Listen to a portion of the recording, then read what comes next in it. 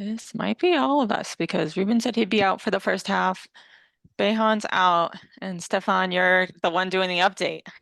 Right. So this is us. Let me make sure I'm logged into GitHub so you don't have to see me do a 3-minute login cycle. 3 minutes. What do you Oh my God. provide a DNA The sample amount or of something to log overrides in? and like I have to sign in here and then do the RSA. Oh my gosh. It signs me out every 30 minutes. It's terrible.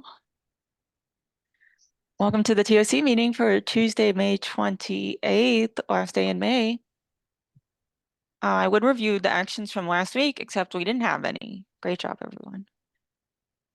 So, Stephan, I'll leave it to you. Do you want to share your screen or should I just show these notes No, that you that's have like right enough. Just show Okay. this document. Yeah, update of Up Runtime Interfaces Working Group meeting.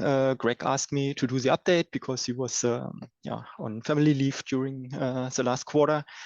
The last update was around January, if I remember correctly. Since then, we had a number of workgroup changes and good ones, actually. So we see new approvers, 2 on the autoscaler, 1 on CAPI, and 2 on CLI. Also reviewers, hopefully upcoming approvers, 1 more in CAPI, 2 more in CLI, and 2 in multiapps. And there is 1 new working group area, Go tools, that contains the Go client for the CF API that was taken over from the CloudFoundry community organization, including 2 approvers, which is good. And finally, awesome. there's 1 new execution lead in the working group. That's me, which was done before Greg left. What happened else? We have enabled the branch protection in the Up Runtime Interfaces Working Group. That includes, of course, numerous exclusions for the more technical repositories that don't contain code, and also the buildpacks and stacks have been excluded to continue with the existing working and CI model. That's all fine, but for all other repos, we have no branch protection. I'm not able to give an update for all the different areas because I'm more working on the CAPI side. But what I have seen is in the CF Java client, there was, after a long time, new releases, and they contain, let's say, improved CF API v3 support. It's not yet fully complete, but at least the API coverage got much better. There are a few recent features still missing, and also this operations API is not there, but there were discussions that it doesn't make sense to port that to v3 because the interaction model and the way how asynchronous calls work are completely different. So CF Java client will probably stay as is and maybe fill just the gaps of new APIs, and that's one, let's say, to do for the CF Java client. They are still using a rather old CAPI release, and maybe it would be a good idea to consume new CAPI releases automatically, similar to CF deployment and how, let's say, all the other teams are doing it. On CAPI, a big chunk of work had to be done to move the CI processes so that we can release new CAPI versions from former VMware Broadcom infrastructure into the community.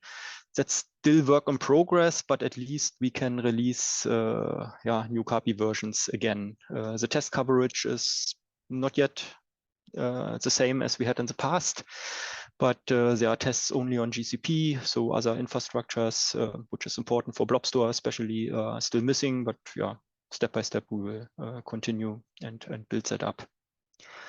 Then I would say that Puma is now production ready. Puma is a web server in CAPI. It was a big work over the last year at least to provide this migration.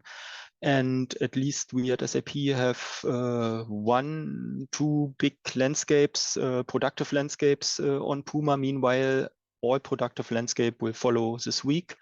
And I can recommend everyone to try it out. Eventually the plan, but that's something like end of the year, is to, let's say, make Puma the default web server and then eventually remove the old unmaintained sim.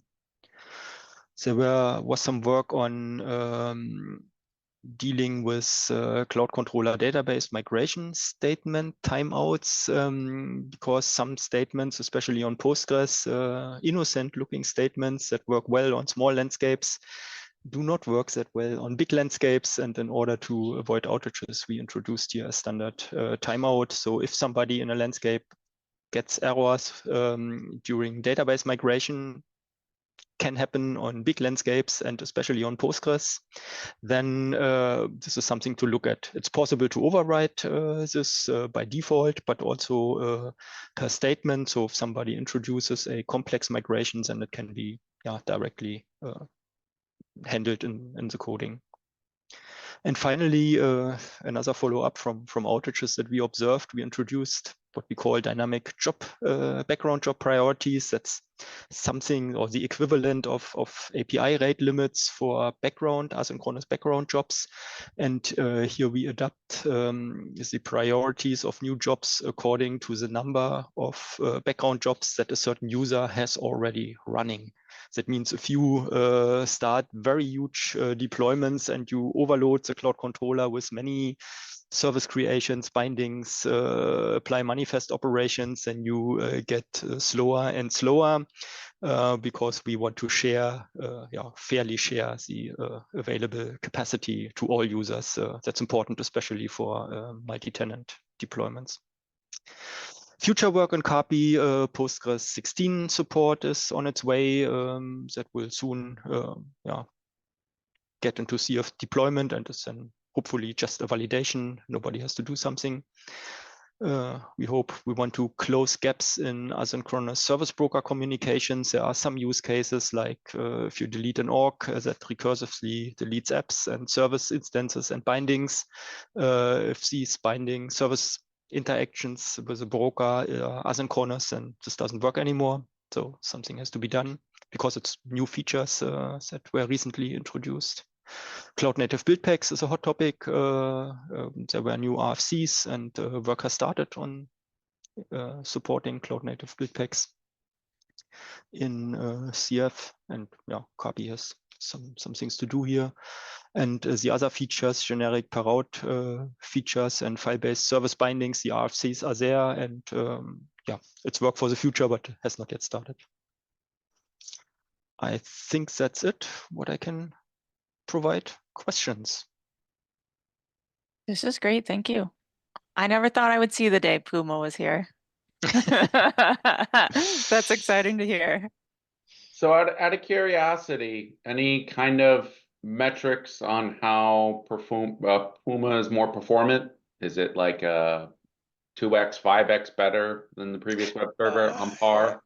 Okay, actually, well, that's a trick question because the performance of the Cloud Controller itself will not be impacted at all just by exchanging the web server, because the real time to execute something, that is the loads that you put on the database and the Ruby coding.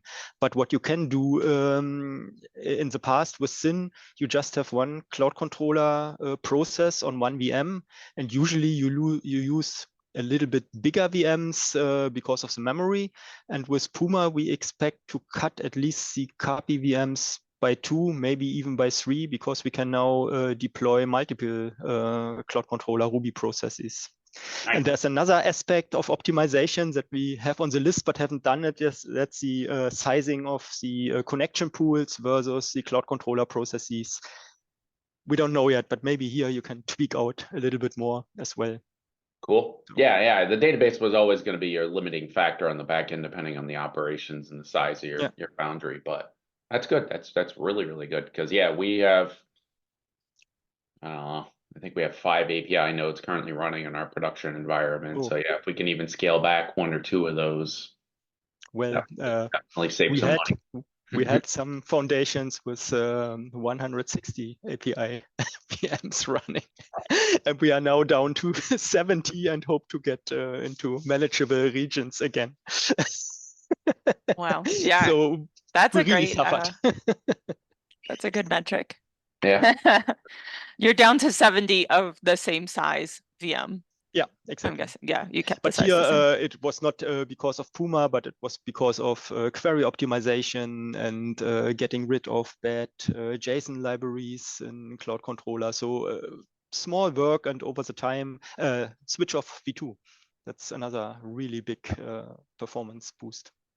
I just find it hilarious in that environment, your number of API nodes exceeds our total deployment size. Okay. Well, we also have lots of other VMs, so these are really huge landscapes.